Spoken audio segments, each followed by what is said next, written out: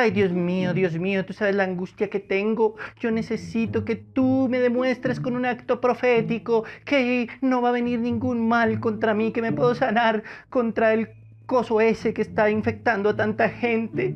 Si aunque fuera un pelito apareciera en mi Biblia, un pelito.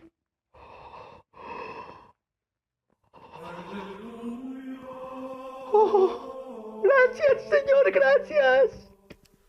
Gracias.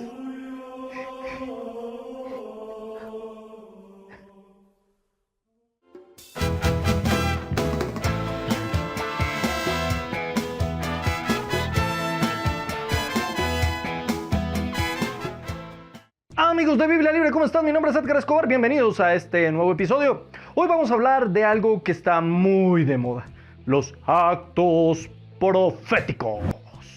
¿Sí? Vamos a mirar si son bíblicos los famosísimos actos proféticos. Hoy en día hay actos proféticos de todo, cualquier locura es un acto profético.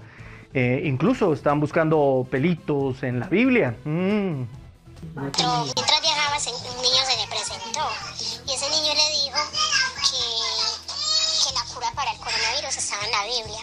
Entonces le preguntó que cómo así. El niño le dijo que sí, que era un pelito, que buscara en la mitad de la Biblia, que en la mitad de la Biblia iba a encontrar un pelito y que ese pelito lo hirviera y se tomara la agüita. Algunos otros están tirando aceite sobre las ciudades para sanarlos de la enfermedad.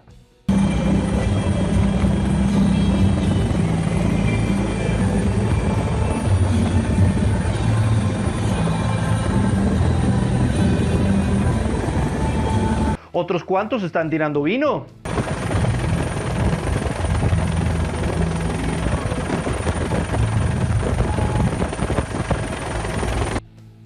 ¡Qué gran idea! ¿Cómo no se me había ocurrido? Aunque con todas esas cosas yo creo que harían una cena deliciosa. Pero desde hace un tiempo el movimiento apostólico y profético está con el asunto y el cuento de los actos proféticos. Ahora todo es profético, ahora existe danza profética, cántico profético, actos proféticos, todo es profético y suena muy bonito profético. Pero ¿es bíblico eso? ¿Está conforme a las Sagradas Escrituras? Porque todos ellos dicen estar sometidos a la Biblia y que la Biblia es su única regla de fe y doctrina. Pero ¿cómo la interpretan? ¿Cómo definen algunos de estos personajes los actos proféticos? Miren lo que dice Omar Ollier. Los actos proféticos son acciones materiales llevadas a cabo en el mundo natural, en fe y obediencia a una palabra concreta recibida de parte de Dios para una situación específica. Suena bonito, suena técnico. Ahora, ¿será bíblico? Ronnie Chávez dice, un acto profético es desatar en el mundo natural lo que está atado en el mundo espiritual. ¿Y dónde encontramos eso en la Biblia? ¿Dónde encontramos que hayan cosas atadas en el mundo espiritual que yo necesite desatarlas en el mundo material? No me salgan con el cuentico de que lo que ates en la tierra será atado en el cielo, lo que ates en la tierra será desatado en el cielo, porque eso está hablando es de Pedro en el momento en que va a predicar la palabra de Dios y va a desatar a todas esas personas y van a ser libres por medio de la palabra de Dios. Así que no, ese versículo no sirve, está en un contexto inadecuado. Otros dicen, un acto profético es donde el profeta explica con un símbolo lo que está recibiendo. Se inventan muchas cosas. Hay actos proféticos con ungimiento de aceite, con aceite, actos proféticos con sal, actos proféticos con vino, actos proféticos con harina, actos proféticos con hielo, actos proféticos con granos. Uno se pone a pensar, ¿será que van a hacer un acto profético o a montar una panadería?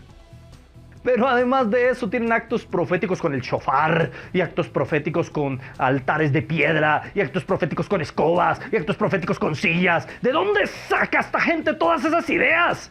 Aunque debemos atribuirles que tienen buena imaginación. El principio lógico que ellos manejan es hacer un ritual para que ese ritual, por medio de ese ritual, supuestamente Dios cambie una realidad, pase algo, se ha escuchado una oración o cambie alguna situación específica que ellos están pidiendo que cambie. Un acto mágico que pretende producir efectos sobre la realidad mediante procedimientos sobrenaturales como el uso de rituales litúrgicos. ¿Usted piensa que estoy definiendo acto profético? Pues esta no es una definición de acto profético, es la definición que nos da el diccionario de hechicería. Pues sí, Técnicamente y por medio de la lógica normal nos damos cuenta que la definición de acto profético es exactamente igual a la definición de brujería. Es hacer algo para causar un cambio de espiritual, hacer algo material, un ritual material para cambiar algo espiritual y que me vaya bien y obtener beneficios. Exactamente lo mismo, es hechicería. Y casi siempre utilizan objetos, fetiches, cosas, sal, harina, aceite, vino, piedras, escobas. ¿Y qué es el fetichismo? Es una forma de creencia o práctica religiosa en la cual se considera que ciertos objetos poseen poderes mágicos o sobrenaturales y que protegen al portador o a las personas de las fuerzas naturales. Los amuletos también son considerados como fetiches. Así que vamos a ver 5 argumentos que estas personas utilizan para decir que los actos proféticos sí son bíblicos. Y después usted saca su conclusión. Pero es que un acto profético solo es un símbolo. Es simbología, estamos simbolizando algo para el Señor. ¿Y dónde dice la Biblia que debemos utilizar símbolos? ¿Dónde dice la Escritura que los símbolos pueden producir un cambio espiritual o pueden cambiar la opinión de Dios en algo o producir un cambio de parte de Dios? De hecho, bajo esa misma lógica, el ritual que hacen los católicos con las imágenes o con los crucifijos o con los íconos sería tan valedero como lo que hacen los protestantes o los pseudo protestantes con estos actos proféticos. También para ellos es un símbolo, ellos no están adorando la imagen, sino simboliza a Jesús o simboliza a Dios. Así que, ¿cuál es la diferencia?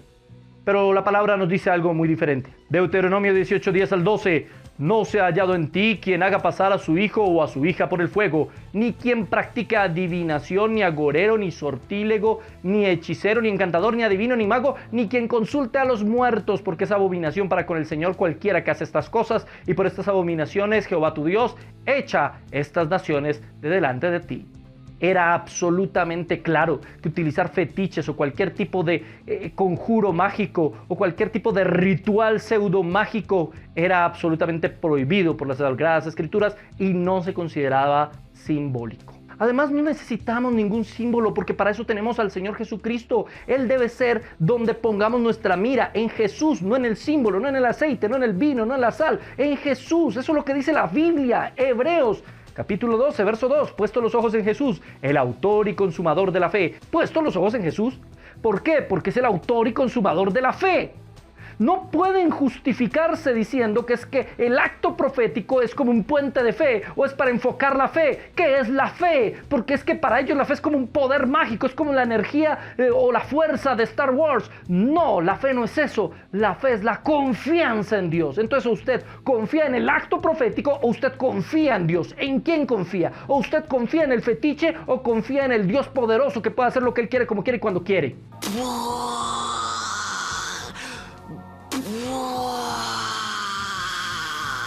Por ende, los actos proféticos no estimulan la fe. Son todo lo contrario a la fe, porque depositan la fe o la creencia más bien de las personas en algo que no es Dios. Y ahí ya no hay fe. Pero es que los actos proféticos no son para inducir a la gente a que adore otras cosas. Usted está confundiéndose, está muy mal. Puede ser que usted no le esté diciendo que adore el acto profético, la sal, o el aceite, o el vino, etcétera, etcétera, etcétera.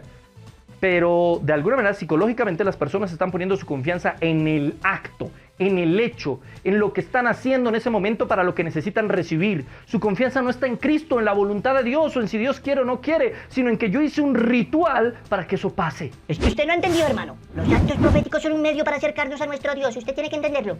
Ningún acto profético nos acerca a Dios. Si decimos que el acto profético es un medio para acercarnos a Dios, estamos contradiciendo la palabra. Juan 14:6, yo soy el camino, la verdad y la vida, y nadie viene al Padre sino por mí. El único medio es Cristo, porque hay un solo Dios y un solo mediador entre Dios y los hombres, Jesucristo hombre. No hay más medios. No podemos decir que el acto profético es un medio para acercarnos a Dios, o que el fetiche lo es, en ninguna manera, porque la Biblia nos enseña que el único medio para acercarnos a Dios es Jesucristo. No hay más medios. Con este argumento, si lo tumbo, los profetas hacían cosas raras, hacían cosas extrañas todo el tiempo, actos proféticos, y así Dios les concedía lo que ellos pedían. El argumento de los profetas del Antiguo Testamento y que hacían cosas raras y esos eran actos proféticos. Miren, los profetas del Antiguo Testamento estaban en un contexto particular. Yo no puedo interpretar ningún texto de la Escritura sin un contexto, sin entenderlo. Por ejemplo, Josué en el capítulo 1 dice, el Señor le da la promesa que todo lo que pise con la planta de sus pies será de él. Y entonces la gente hoy en día comienza a pisar cosas y esto lo estoy pisando con la planta de mis pies y esto es mío. Hombre, esa palabra fue para Josué, que iba a poder conquistar la tierra que Dios ya le había prometido y que estaba dentro de la voluntad de Dios, que fuera de los hebreos y de los judíos. Pero no quiere decir que usted vaya pisando por allá cualquier cosa y piso este carro porque va a ser mío. No, esos son rituales, esos son agüeros, eso no tiene nada que ver con el cristianismo. Otro ejemplo, el ejemplo de Isaías en el capítulo 20, en el verso 3. Y dijo Jehová, de manera que anduvo mi siervo Isaías desnudo y descalzo 3 años por señal y pronóstico sobre Egipto y sobre Etiopía. Ah, no, entonces eso es un acto profético. Isaías anduvo desnudo durante todo ese tiempo y entonces ¿qué? ¿Nosotros también andamos desnudos entonces? No falta quien lo esté pensando. Este pastor dice que todo se trata de desnudar el alma y no de la falta de prendas. Hay que entender el contexto. Los israelitas querían aliarse con Egipto porque creían que los egipcios podían protegerlos. Dios les está dando un ejemplo con Isaías y les está diciendo eso es ridículo. No hay que hacer eso. Pero es simplemente una forma pedagógica de demostrarles. Pero no podemos decir que los actos proféticos sean formas pedagógicas de demostrar nada, porque ya no necesitamos eso. Tenemos la palabra de Dios. Por hacer estos actos proféticos no va a pasar nada. No quitaba ni ponía que él se pusiera o se quitara la ropa. Simplemente Isaías obedeció a Dios porque Dios quería dar un ejemplo. Pero ¿eso pasa ahora? ¿Dios quiere a cada rato que los pastores estén dando ejemplos? ¿Que se desnuden, por ejemplo? ¿O que hagan cosas raras para dar ejemplo a la gente? No, ¿por qué no? Porque Cristo vino. Y al venir Cristo cumplió absolutamente todo y nos dio absolutamente todo el mensaje que tenía que darnos. No necesitamos más mensaje. ¿Me entienden? Todo está en la Biblia, todo está en las palabras de Cristo. Ya no se necesita más ejemplo porque ahí está escrito lo que necesitábamos interpretar. Cualquier acto de los profetas del Antiguo Testamento tiene una interpretación según su contexto. Y lo podemos interpretar casi siempre mirando hacia Cristo. Todo eso nos habla de Cristo y de la redención de lo que Cristo iba a hacer. Después de consumado por Cristo, todo eso se vuelve absolutamente innecesario. Es que usted no ha tomado en cuenta el Nuevo Testamento. Usted va al Nuevo Testamento y todavía aparecen actos proféticos. Muchísimos que hizo Jesús. Muchísimos. Agabo hizo un acto profético también. Pablo, Pedro, todos hicieron actos proféticos. No es verdad que hubiese algún tipo de fetichismo o de acto profético o de ritual extraño en el Nuevo Testamento. ¿Jesucristo hizo actos proféticos? Pues claro, solo le doy un ejemplo cuando Jesucristo escupe en tierra y coge el barro y se lo pone al hombre y luego le manda a bañarse para que pueda recuperar la vista. Acto profético. Él era un showman. Jesús no está haciendo un acto profético en ninguno de sus milagros. Cada milagro de Jesús tiene una enseñanza. Tenemos los ojos vendados por el barro del pecado, así que solamente lavándonos con el agua de la palabra de Dios podemos ver con claridad cuál es nuestra condición. Podemos ver el mundo realmente tal cual es. Es una enseñanza, no un acto profético. Jamás dijo Jesús, ahora ustedes escupan todos en tierra y repitan esto. ¡No! Pero es que usted no se ha dado cuenta de Agabo. El libro de los Hechos. Agabo coge el cinto de Pablo y se amarra y dice así lo van a amarrar a usted, los judíos, y lo van a entregar a los gentiles. Hechos capítulo 11, versículo 28 nos narra esa historia del profeta Agabo, quien no puedo desmentir que haya sido usado por Dios para dar un mensaje. Sin embargo, él no estaba intentando cambiar ninguna realidad con lo del cinto. Simplemente conforme a la cultura judía y a la forma de ser de ellos, él utiliza un ejemplo físico para demostrar algo que iba a pasar. Pero es un ejemplo cultural. No está diciendo que ahora todo el mundo tenga que hacerlo. Los apóstoles jamás hicieron eso. De hecho, el hecho de que Agabo hubiese tomado el cinto de Pablo para amarrarse y decir lo que le iba a pasar, no significaba que con eso cambiara la realidad, porque de hecho pasó y era voluntad de Dios que pasara como pasó. Así que lo único que está diciendo es lo que va a pasar, pero no está cambiando ninguna realidad con lo que está ejemplificando.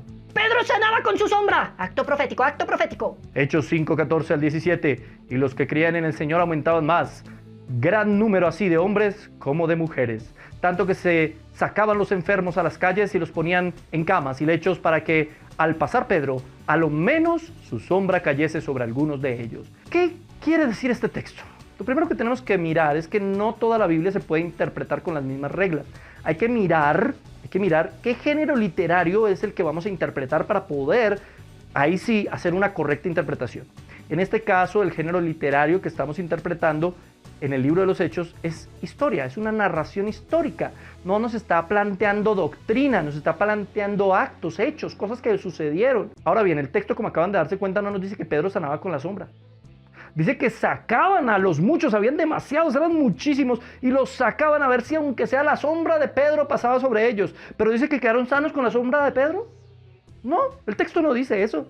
Dice que los sacaban a ver si la sombra de Pedro. Muchos de ellos eran míticos, eran místicos. Muchos venían de religiones paganas y pensaban que ese tipo de cosas podían suceder. Pero no tenemos evidencia alguna real que esas personas, que la sombra de Pedro pasó sobre ellos, realmente se sanaran. Lo que sí sabemos es que todos los que Pedro oraba por ellos eran sanados. ¿Por qué? Porque lo que intentaban era confirmar el ministerio que ellos tenían y que era delegado por Cristo. Así que cosas como las que hizo Cristo, ahora las hacían ellos, para que la gente se diera cuenta que ellos tenían el mismo espíritu que tuvo Cristo. Es que usted no ha tomado en cuenta la evidencia más grande de los actos proféticos, el de Pablo.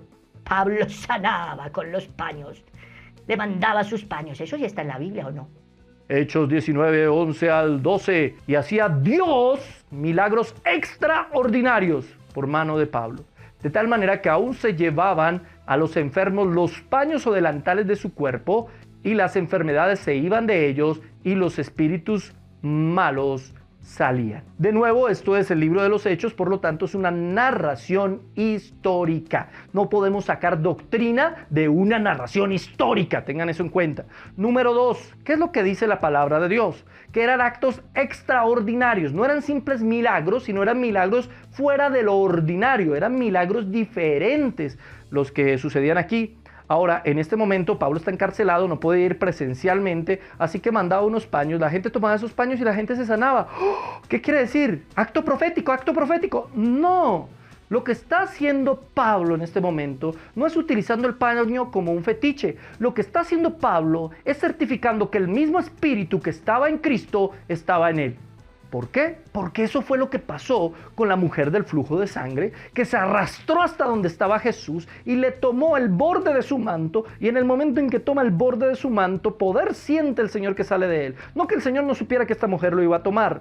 Muchas de estas personas se acercan así, en medio de su ignorancia, pensando que tocando el borde de su manto van a ser sanos, sin entender que es Él el que sana. Lo que está haciendo Pablo es demostrando que de la misma manera en que la mujer esta fue sana tocando el manto del maestro, ahora el mismo espíritu estaba en él. Pero no está diciendo ahora manden paños para todo lado, o no está diciendo no importa la ignorancia de la gente, que la gente se sane. Dios en su misericordia sana a la gente aunque tenga ignorancia doctrinal. Pero cuando usted conoce la palabra y conoce la escritura, no tiene justificación alguna en cuanto a su ignorancia. Pero Santiago capítulo 5 verso 14 nos manda ungir con aceite a los enfermos. Pero lo he explicado antes, es la oración la que sana a los enfermos, no el aceite. El aceite era un instrumento médico, un ungüento que aplicaban a los enfermos para que se sanaran, era su medicina en aquel entonces. El Nuevo Testamento no nos llama a ungir nada. Las unciones del Antiguo Testamento eran símbolo de Jesucristo y del Espíritu Santo, no más. Si usted quiere saber más sobre la unción, le invito a que vea nuestro programa sobre las unciones. Voy a dejar el link aquí en la descripción.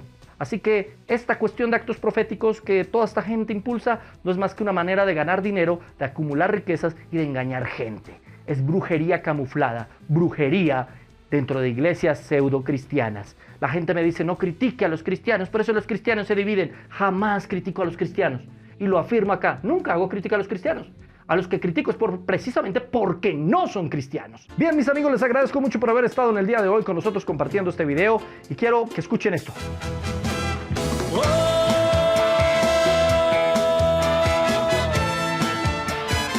Qué bueno, ¿no?